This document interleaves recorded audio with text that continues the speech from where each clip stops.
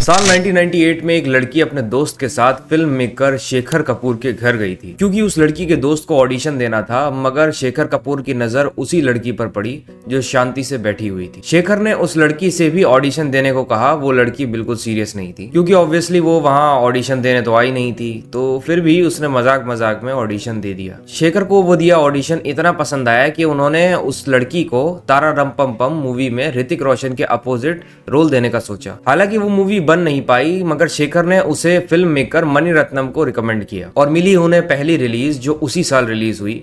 Film का नाम दिल से। इस मूवी में उस लड़की का रोल सिर्फ 20 मिनट्स का था, पर उस छोटे से रोल ने उन्हें फिल्म मेकर का नॉमिनेशन दे दिया और सबको ये बता दिया कि अ स्टार हैज अराइव्ड। वो लड़की कोई और नहीं बल्कि डिम्पल क्वीन के नाम से मशहूर one of the most beautiful actress Preity Zinta थी। प्रीति ने डेब्यू के साथ ही इंडस्ट्री में बवाल मचा दिया। प्रीति बाकी एक्ट्रेसेस जैसा वही टिपिकल रोल्स नहीं करती थी, वो हमेशा अलग अलग किरदार निभाना चाहती थी। ऐसे ऐसे रोल्स निभाना चाहती थी जिसके बारे में कोई भी एक्ट्रेस सोच ही नहीं सकती। अपने करियर की बुलंदियों पे प्रीति ने इंडस्ट्री छोड़ क्यों दिया? ऐसा क्या हुआ कि बॉलीवुड में इतना नाम कमाने वाली एक्ट्रेस अचानक से बॉलीवुड से ही गायब हो गई? क्या अंडरवर्ल्ड से भिड़ना प्रीति को भारी पड़ गया या इसके पीछे कुछ और रीजन है? आखिर कौन था जिसने प्रीति को इंडस्ट्री से गायब करने पे मजबूर कर दिया? ऐसा क्या हुआ कि बड़े पर्दे पर हर वक्त छाए रहने वाली एक्ट्रेस अब साल भर में सिर्फ एक ही वक्त टीवी में दिखती है, वो भी तब जब IPL चल रहा हो? इन सब के जवाब जानने की कोशिश करेंगे आज के इस वीडियो में। तो चलो let's take a look at the controversial life of the dimple queen of Bollywood, Preity Zinta.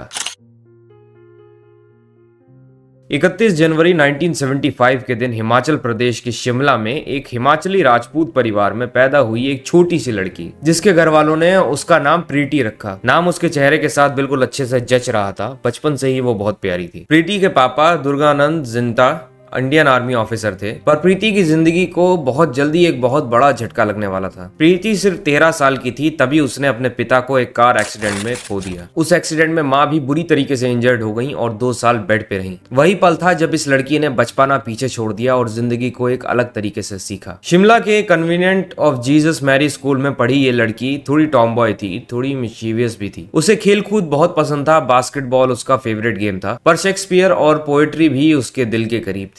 पढ़ाई में हमेशा टॉप करती थी। डिसिप्लिन और पंक्चुअलिटी कूट कूट के भरी हुई थी। वो तो आर्मी बैकग्राउंड का असर था। कॉलेज में इंग्लिश ऑनर्स कंप्लीट करने के बाद उसने क्रिमिनल साइकोलॉजी में पोस्ट ग्रेजुएशन किया, मगर बाद में उसका ध्यान मॉडलिंग की तरफ अट्रैक्ट होने लगा। साल 1996 में प्रीति की मुलाकात एक डायरेक्टर से हुई और उसी चांस की एक मीटिंग ने उसकी पूरी जिंदगी बदल के रख दी। पर चॉकलेट के एक एड में उसने अपना पहला टीवी अपीयरेंस दिया और फिर लिरिल के एड ने तो सबका ध्यान उस पर खींच ही लिया। 1998 एक ऐसा साल जिसमें इस लड़की ने अपना सपना ही सच कर दिया। पहली फिल्म दिल से मणि रत्नम के साथ और को स्टार कोई और नहीं बल्कि शाहरुख खान। हालांकि इसमें प्रीति का रोल सिर्फ 20 मिनट का था, लेकिन इम्पैक्ट जबरदस्त। उसके बाद आई सोल्जर, अब्बास मस्तान की एक्शन थ्रिलर जो उस साल की one of the biggest hit बन गई और यहां से शुरू हुआ उसका विनिंग स्ट्रीक। उसके बाद 1999 में आई संघर्ष, एक थ्रिलर फिल्म जिसे डायरेक्ट किया था तनुजा चंद्र और लिखा था महेश भट्ट ने। इस फिल्म में प्रीति ने एक CBI ऑफिसर रीत ओबरॉय का रोल प्ले किया था, एक ऐसी ऑफिसर जो एक डेंजरस क्रिमिनल से इन्वेस्टिगेशन के दौरान प्यार कर बैठी। डायरेक्टर तनुजा चंद्रा ने एक्चुअली प्रीति को दिल से में परफॉर्मेंस देखकर और उससे इंप्रेस होकर ये रोल ऑफर किया था। बहुत सारी लीडिंग एक्ट्रेसेस ने ये रोल रिजेक्ट कर दिया था, लेकिन प्रीति ने इसे अपने लिए एक न्यू चैलेंज और रेंज एक्सपैंड करने का मौका माना। फिल्म बॉक्स ऑफिस पर तो कुछ खास नहीं चली, लेकिन क्रिटिक्स ने इस फिल्म की बहुत ही ज्यादा तारीफ की, खासकर की प्रीति की परफॉर्मेंस की, क्योंकि इसी संघर्ष ने ये दिखाया कि प्रीति सिर्फ एक प्रीटी फेस नहीं बल्कि एक सीरियस पावरफुल परफॉर्मर भी है। 2000 में प्रीति जिंटा का पहला रिलीज था क्या कहना, एक ऐसी फिल्म जिसे किसी ने इतना बड़ा हिट होने की उम्मीद नहीं की थी, लेकिन ये फिल्म बॉक्स ऑफिस पर मेजर सक्सेस बनी। फिल्म एक बोल्ड सब्जेक्ट पर बेस्ड थी, सिंगल पेरेंटहुड और टीनेज प्रेगनेंसी, जो उस टाइम बॉलीवुड के लिए काफी ज्यादा रिस्की टॉपिक था। लेकिन प्रीति ने प्रिया बख्शी का रोल करके सबका दिल जीत लिया, एक ऐसी यंग लड़की जो सोसाइटी के प्रेजुडाइज के अगेंस्ट लड़ती है। इस रोल के लिए उन्हें काफी ज्यादा अवार्ड्स और नॉमिनेशंस मिले और ये था उनका पहला Filmfare best actress nomination. Critic Anupam Chopra ने कहा था कि प्रीति एक नई जनरेशन एक्ट्रेस हैं, जो पुराने स्टीरियोटाइप से बिल्कुल ही अलग और फियरलेस रोल्स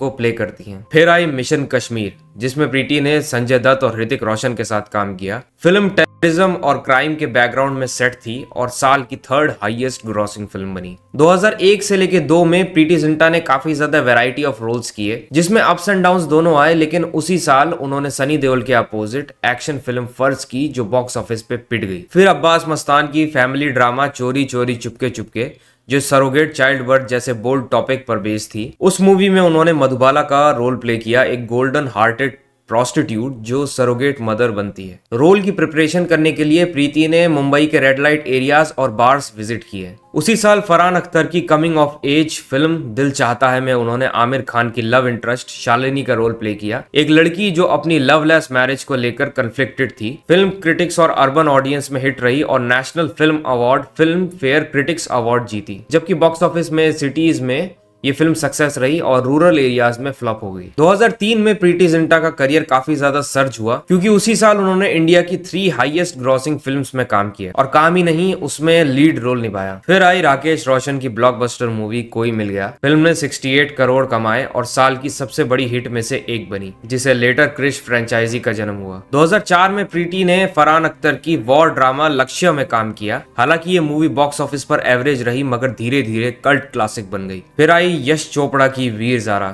जिसमें प्रीति ने अपने इमेज से बिल्कुल अलग रोल प्ले किया। ये मूवी 2004 की बिगेस्ट ब्लॉकबस्टर बनी, जिसने 94 करोड़ का बिजनेस किया। इसी दौरान प्रीति ने अपनी इमेज को एक क्यूट बबली हीरोइन से निकालकर एक मैच्योर पावरफुल एक्ट्रेस के रूप में सॉलिडिफाई कर लिया। 2006 में प्रीति जिंटा ने करण जौहर की फिल्म कभी अलविदा ना कहना में एक्टिंग की थी, जिसमें उनके साथ शाहरुख खान, रानी मुखर्जी, अभिषेक बच्चन और अमिताभ बच्चन थे। ये फिल्म इंडिया में बड़ी बॉक्स ऑफिस हिट बनी, 63 करोड़ कमाए एंड ओवरसीज में भी 49 करोड़ से ज्यादा है, जो उस टाइम तक का बिगेस्ट बॉलीवुड ओवरसीज सक्सेस था। ये जिंटा की 4th कॉन्जिक्यूटिव फिल्म थी जो अब्रॉड में टॉप अर्नर बनी थी। 2008 में उन्होंने हीरोज में एक्टिंग की, जिसमें वो सलमान खान की विडो बनी, जिसे क्रिटिक्स ने काफी पसंद किया। उसी साल उन्होंने दीपा मेहता की हेवन ऑन अर्थ में लीड रोल किया, एक रियल लाइफ इंस्पायर्ड स्टोरी एक इंडियन वुमेन की जो कनाडा में डोमेस्टिक वायलेंस फेस करती है। ये उनके करियर का सबसे ज्यादा इंटेंस और चैलेंजिंग प्रोजेक्ट था। क्रिटिक्स ने उनकी परफॉर्मेंस को करियर का बेस्ट कहा। हेवन ऑन अर्थ के बाद प्रीति ने 4 साल फिल्म से ब्रेक लिया। अब इस ब्रेक के बीच क्या हुआ और कैसे प्रीति इस ब्रेक के बाद बॉलीवुड में कभी कमबैक ही नहीं कर पाई। आते हैं प्रीति की लाइफ की कुछ ऐसी कंट्रोवर्सीज पर, जिसने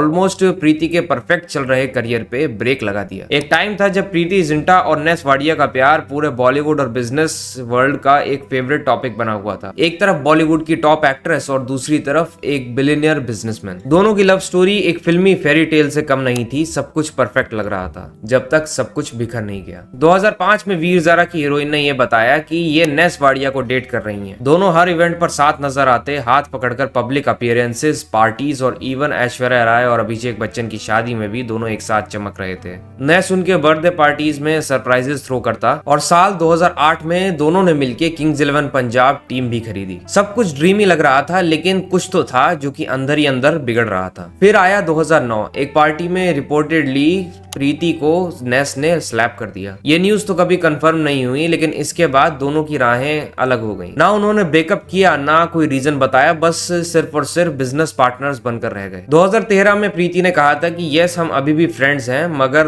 रियलिटी कुछ और ही कह रही थी। और फिर 2014 में वो हुआ जिससे सब हिल गए, द वानखेड़े स्टेडियम इंसिडेंट। प्रीति ने पुलिस में कंप्लेंट फाइल की, जिसमें उन्होंने कहा कि नेस ने उन्हें मोलेस्ट, अब्यूज और थ्रेटन किया। दोनों के बीच हीटेड आर्गुमेंट्स हुए, जिसके बाद प्रीति के अकॉर्डिंग नेस ने सबके सामने, जैसे उनके कलीग्स, बीसीसीआई ऑफिशियल्स और दोस्तों के सामने उन्हें इंसल्ट किया। प्रीति का कहना था नेस वाडिया ने मुझे धमकी दी, वो मुझे गायब करवा सकता है क्योंकि मैं सिर्फ एक एक्ट्रेस हूं और वो एक पावरफुल आदमी है। आई विटनेसेस ने बताया कि नेस ने स्टेडियम में सबके सामने प्रीति का हाथ पकड़कर जोर से खींच लिया और उन्हें गाली दी। बीसीसीआई ऑफिशियल्स ने जाके बीच बचाव किया, लेकिन प्रीति ने तब तक कंप्लेंट फाइल नहीं किया। वो वेट कर रही थी क्योंकि उनकी टीम फाइनल्स तक पहुंच चुकी थी और वो नहीं चाहती थी कि उनकी वजह से टीम का मोरल डाउन हो। बाद में नेस ने अपनी तरफ से स्टेटमेंट दिया, ये कहा कि ये सब के सब फॉल्स और बेसलेस एलिगेशंस हैं। लेकिन प्रीति ने चुप रहना बेहतर नहीं समझा। उन्होंने फेसबुक पे एक बहुत ही लॉन्ग और इमोशनल इमोशनल पोस्ट लिखी जिसमें लिखा, मैं पावरफुल या वेल्दी नहीं हूँ लेकिन मेरे पास सच है जो वानखेड़े में हुआ। ये ड्रामा हर वक्त नेशनल मीडिया और हेडलाइंस में था क्योंकि प्रीति कोई मामूली इंसान तो नहीं थी, मगर नेस्ट भी बिल्कुल मामूली इंसान नहीं थे, वो एक बहुत बड़े बिजनेसमैन है। इस वजह से ये केस बहुत ही ज्यादा लाइमलाइट बटोर रहा था। इस अफेयर की वजह से प्रीति इंडस्ट्री से पूरी तरीके से दूर हो गई। तो ऐसे खत्म हुआ प्रीति की लाइफ का one of the most controversial phase. Preity की लाइफ में एक और बहुत बड़ी कंट्रोवर्सी हुई थी जिसने कि बॉलीवुड तो एक्सपोज किया ही साथ ये भी साबित कर दिया कि ऑन स्क्रीन सबको बाप दिखाने वाले एक्टर्स ऑफ स्क्रीन कितने बड़े फट्टू होते हैं। साल 2001 का वक्त था जब मुंबई में अंडरवर्ल्ड का साया पूरे बॉलीवुड पर मंडरा रहा था।